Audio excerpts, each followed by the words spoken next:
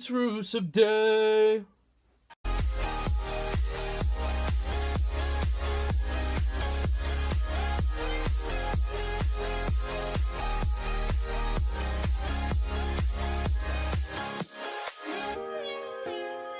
Hey everybody, what's going on? So I'm back again for another video for you guys today. And today, as you saw by the title, I'm going to be doing something special. I'm going to be doing my WWE WrestleMania 34 Dream Card. And I like to do these before the Royal Rumble happens, just because I like to, kind of guess to see if I get any of them right, or if I get any of my predictions right, because after the Royal Rumble, you kind of have the sense of where they're going to be going towards for WrestleMania. And let's get right into it. Okay, starting off with the first match, we have the WWE Raw Tag Team Championship match. The Bar, the champions, going into it, versus the Club, Luke Gallows and Carl Anderson, taking on the Revival. So it's going to be a triple threat match. I think this would be a great way to represent your Raw Tag Team titles. So moving on to the next match, we just have a singles match between Bobby Roode and Randy Orton. I think this would be a very solid undercard match. Two veterans in the ring, two veterans going at it in the squared circle. I really couldn't find a place for either of these two on the card, so I just put them together. I think if people look back on it, a couple years from now, I think they would be like, oh damn, this was a really, really solid underrated match. So I think this would be a really good match between the two. And yeah, I would go with Bobby Roode to defeat Randy Orton. I think Randy Orton would put over the younger guy, even though he's not younger, but you know what I mean, hasn't been in the WWE as long. So I would go with Bobby Roode to defeat Randy Orton. Okay, now moving on to the next match, we have the WWE SmackDown Live Women's Championship match. Charlotte taking on Ronda Rousey. Now, I don't think this will happen, but that's kind of the dream part of the dream card. I like to have a dream / realistic WrestleMania card, so I like to throw in a little bit of fun stuff here and there. So I think this would be really cool. I could see Ronda Rousey debuting into the Royal Rumble, and I think that would be a fantastic feud between her and Charlotte. I would have to guess if Ronda Rousey did actually come to the WWE, she would win the title, so I would have to go with Ronda Rousey over Charlotte Flair. Now the next match we got is another Tag Team Championship match for the SmackDown Tag Team Championships. We got the Usos going up against Sami Zayn and Kevin Owens. I think the Usos have been absolutely fantastic on their heel run, on the second part of their heel run. I wasn't a fan of their heel run to begin with, but now they've just turned it around and they're one hell of a tag team. And then Kevin Owens and Sami Zayn have been pure freaking gold.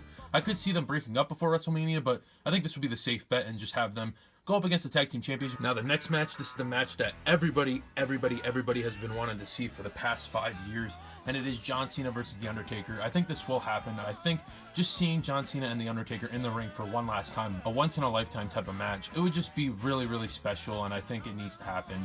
As for the winner, I would go with The Undertaker. I think John Cena is the type of guy where he doesn't need to build up his legacy. I think he can let The Undertaker go out on his terms and how he wants to do it.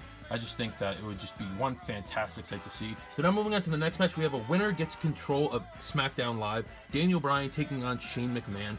Now I feel like they've been building this up for quite some time now, even back since like Hell in a Cell or whatever. Now I don't know what Daniel Bryan's condition is, but hopefully he's good to go. Maybe even if it's just like a 10 or 12 minute match, just to see Daniel Bryan back in the ring would be something special. And then Shane McMahon always has epic spots in matches, so I think this could be a really, really fun match and a really fun feud that they've been building up for already quite some time. As for the winner, I'd probably go with Daniel Bryan, just because he would be returning to the ring, and he's the younger guy, and I think Shane McMahon probably will be written off. So I think it would make sense to have Daniel Bryan defeat Shane McMahon here. Going on to the next match, we have the WWE Intercontinental Title ladder match. Samoa Joe going in as champion, taking on Braun Strowman versus Finn Balor versus Apollo Crews versus Elias versus The Miz. Now I don't have the Elias figure, but you get the gist. I think this match would be an absolute classic. I think there's so many high flyers in this match. Samoa Joe's athletic for himself, and Apollo Crews being in there, Finn Balor could do crazy stuff. The Miz is just an amazing wrestler. And then Elias and Braun Strowman would add that X Factor type of feeling to the match. So I think this would be really, really fun to watch. Now to the next match, we have a no holds barred Seth Rollins versus Dean Ambrose. Now I don't know what Dean Ambrose's condition is. There's been rumors where it's just been a storyline, but there's also been rumors where he's actually injured, so I don't know what to believe. But I think this match would be really fantastic, and we've seen these two go at it before, and they definitely don't disappoint, so I don't think they would disappoint here, especially on the grandest stage of them all, WrestleMania. And for the winner, I'd probably go with Dean Ambrose, honestly. I think Dean Ambrose deserves a really huge victory at WrestleMania. It's not like it's a monumental victory, but I think it would still be pretty huge. Seth Rollins had his moment at WrestleMania 31, so let a guy like Dean Ambrose get a moment. He hasn't really had a WrestleMania moment to remember, at least, so I think Dean Ambrose deserves a good good win at WrestleMania, and I would go with Dean Ambrose to defeat Seth Rollins at WrestleMania 34. The WWE United States Championship match, Xavier Woods in a triple threat match against Big E and Kofi Kingston. I think this would be a really, really unique storyline. I think the New Day has run its course. I think they've done what they need to do in WWE. They've been one of the best factions of all time, you could argue. Have Xavier Woods win the United States Championship at the Royal Rumble, and then go from there. Okay, so the next match, I can't find my Triple H figure, but it'll be Triple H versus Kurt Angle. I can kind of get the sense that WWE is trying to build this up since like Survivor Series, I would say. I don't think it would be that good of a match, but I think Triple H, of course, has to get his WrestleMania payday. And now moving on to the two main matches of the night, the WWE and the Universal Championship match. First off, we have the Universal Championship match. Brock Lesnar going in as champion, taking on Roman Reigns. Now, just because it's a dream card, I also like to be realistic a little, and I think this is, you know, one of the most realistic matches that's going to happen. Brock Lesnar has been just one trash champion. He's defended it like 3 or 4 times, had maybe one solid match. The Fatal 4-Way at SummerSlam was really good, but that was because the other 3 competitors were in there as well, so I don't really count that one. Roman Reigns was in there busting his ass, so is Samoa Joe and Braun Strowman. Brock Lesnar's been a really bad champion, and honestly, I'd be rooting for Roman Reigns in this match, I guess.